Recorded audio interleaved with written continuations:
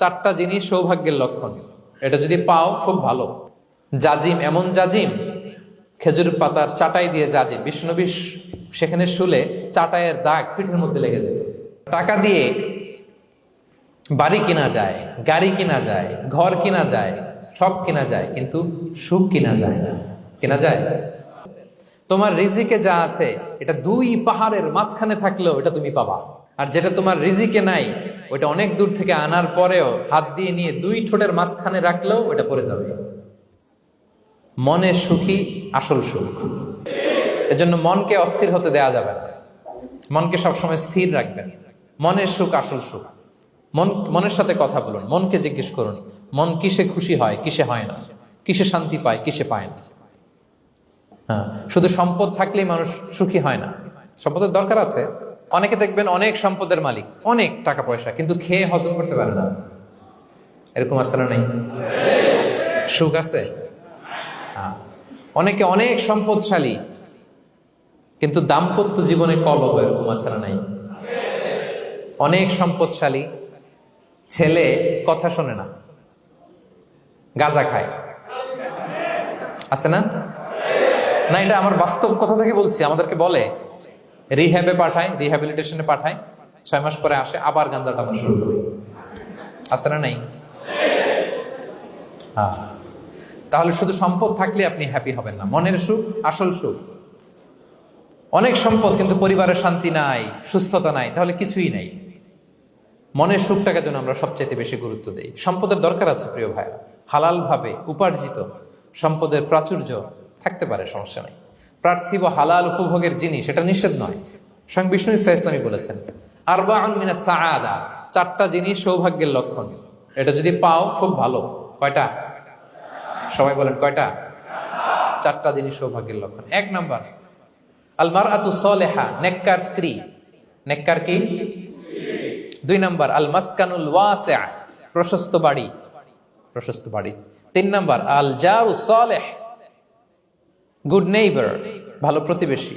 4 number আল মারকাবুল হানি, sweet ride, মানে ভালো বাহন বা যানবাহন। এই চারটা থাকলে এটা একটা সৌভাগ্যের আলামত, খুশনসিব, এটা ভালো।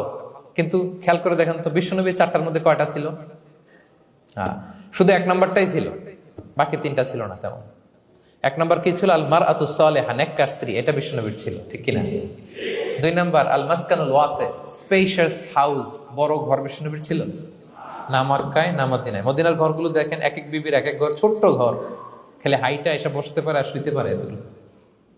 3 নাম্বার আল জারু সালেহ, ভালো প্রতিবেশী ছিল। মক্কায়ও না মদিনায়ও। মদিনায় গেলেন, আশেপাশে ইহুদিরা থাকতো, বনু কাইনুকা, বনু কুরাইজা, বনু নাদির।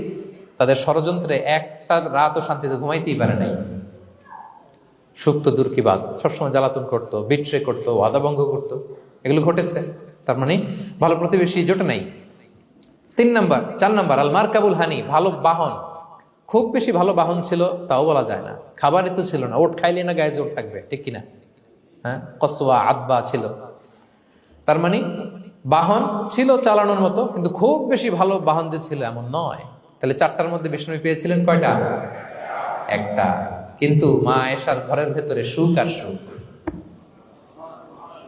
কিছু নাই। একটা মশক, পানি খাওয়ার, রুটি বেলার একটা জাজিম, এমন জাজিম, খেজুর পাতার চাটাই দিয়ে জাজিম, বিষ্ণুনবী সেখানে শুলে চাটাইয়ের দাগ পিঠের মধ্যে লেগে যেত।